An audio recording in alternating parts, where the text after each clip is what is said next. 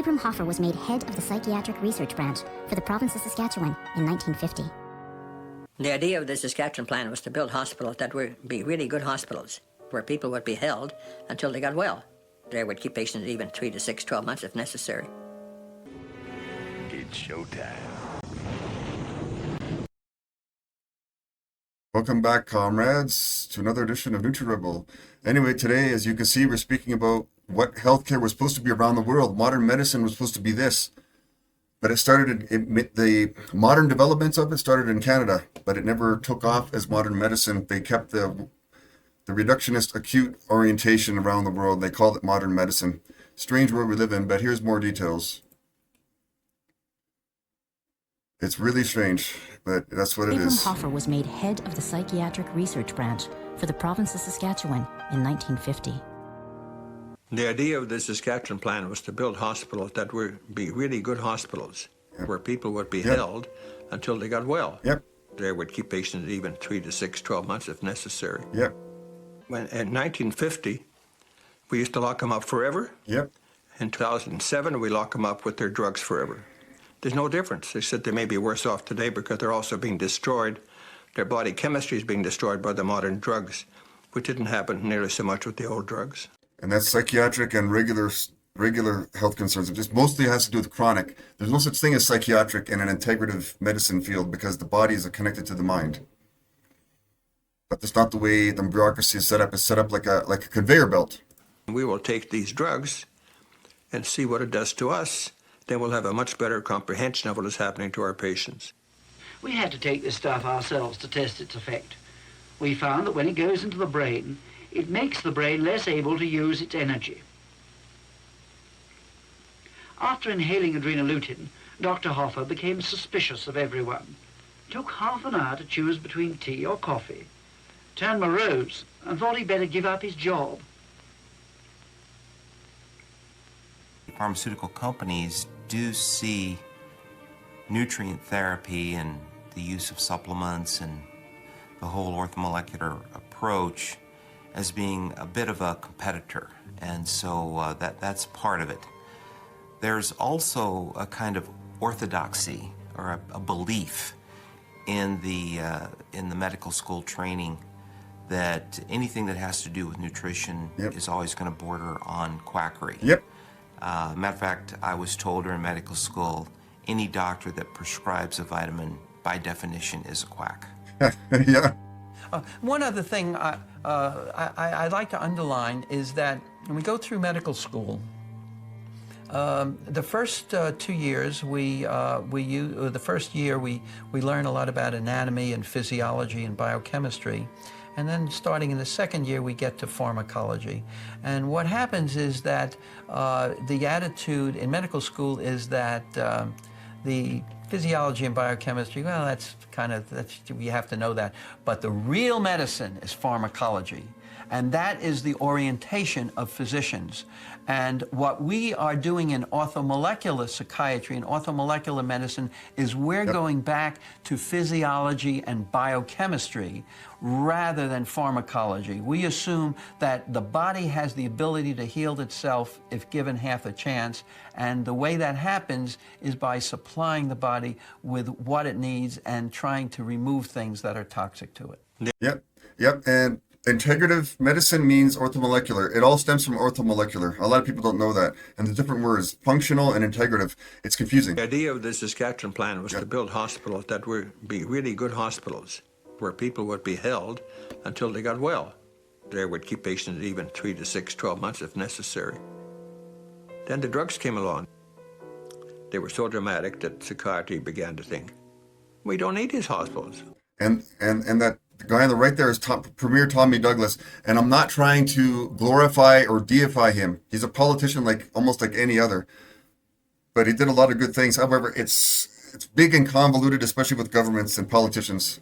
Their plan was not to really build a large number of smaller institutions where they could house them properly. Their plan was simply to put them all on drugs and discharge them. And for a while, it was an enormous feather in your cap if the superintendent of a hospital could claim that he was emptying his hospital faster than you were. If you started off the hospital 2,000 patients and 5 years later you only had 1,000, that was kind of great news. Where did the 1,000 go? They went onto the streets. They went into terrible nursing homes. They went into terribly undesirable places. Does that remind you of what's going on now? It's been going on for like 30 or 40 years. Even worse in the past 5 years, especially in Canada, the cities legalized drugs, street drugs. And you walk down these streets, it's full of homeless people, vomit everywhere, poop. It's just like, it's unbelievable. And now we are in the era of big pharma. Yeah. We have huge companies that spend billions of dollars on research and investigation. The investigation is not really that hot because they don't do much original stuff. They allow much of the original stuff is done for them by university professors who don't get paid for it. So we are giving them free research personnel. But as soon as something seems to be valuable, they take out a patent on it and they make the money out of it. Yep. There's no profit today, and this sounds very cynical, there's no profit today in getting people well. So how exactly does modern medicine keep us sick, as Dr. Hoffer claims here? I'll show you. Our society is based upon the fact that we have to have a certain proportion of people sick. Yep. So that we can treat them. Yep. Nutrient deficiencies are the underlying cause of so many illnesses and symptoms. And chances are you are walking around with undiagnosed deficiencies. The first thing you need to know is that blood work doesn't work. The reason for this is that nutrients are stored in the tissue, not in the blood. For example, less than 1% of magnesium is actually found in your blood. 99% are in the bones, teeth, and soft tissue. When it comes to any blood test you do, there's reference ranges. But is your reference range going to be the same as someone who's 20 years older than you, someone who's maybe 5, 10, 15? But we use the same reference ranges. So we always have to take everything into context of each individual patient. So if we look purely at, say, testosterone values, you know, I may look at your results and say, hey, it's not red, it's in the normal range. But that may not be normal for you, right? So we do kind of take into that sort of context of like age-specific cutoffs. So that's not really typical. It's, again, something new that we're still trying to understand. If you're looking at reference ranges, that's not what you want to look at. You don't want to look at a reference range for the average, because the average person is sick. The average person is unwell. And so a lot of people are actually nutritionally deficient and they don't even realize it, right? So here in Australia, if you get your B12 checked, the reference range generally is around 160 to 620, 630. Yeah. And that's normal, okay? So that's the normal Pretty low range. though, right? Below 400, you get neurological damage and demyelination of your nerve cells. Yeah. So how is that normal? Yeah, it's not right. bad. So 400 to 160, that is severe deficiency. That is a clear clinical deficiency that you can get brain damage from. And that's the operating levels of the majority. That's it. Yep. And you wonder why everyone's sick. Here's Tommy Douglas. I'm not deifying him. He was a practical socialist.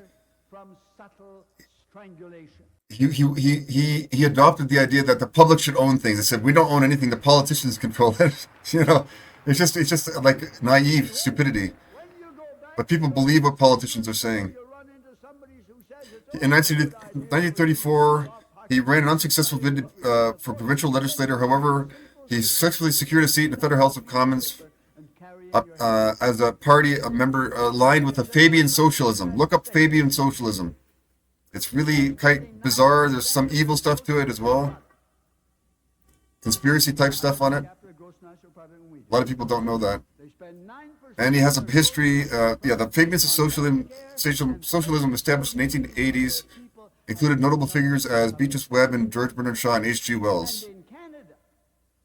H.G. Wells wrote the science fiction like dystopian novels. He was also, supported eugenics, the planned birthing aimed at eliminating undesirables. His interest in eugenics appeared to stem from genuine desire to alleviate poverty. Yeah. Dedicated to the idea of comprehensive. He played. A lot of people don't know this. He also played a pivotal role in enabling the government to assume the responsibilities that were traditionally held by churches within local communities. This shift fostered a reliance on government support and significantly contributed to the development of Canada being a socialist secular state that is recognized as today. So everything he did was not entirely good. He was also operating within a corrupt system as well. And he never really explained, as far as I know, why, healthcare was so expensive. But it wasn't really healthcare. It was mainly still the same thing as we had in his time, acute-based orientation. Therefore, all these videos I showed you, we have to look into that type of thing to realize that is integrative medicine. That should be what healthcare is. But today we have not even sick care. Mainly when you get sick. But anyway, I encourage you to look up these topics because that's why I'm making these videos. And check out my free symptom measure tool on the left there. It's free, no obligation, to show you what I do. Like and subscribe what I'm doing here, please. Like and subscribe.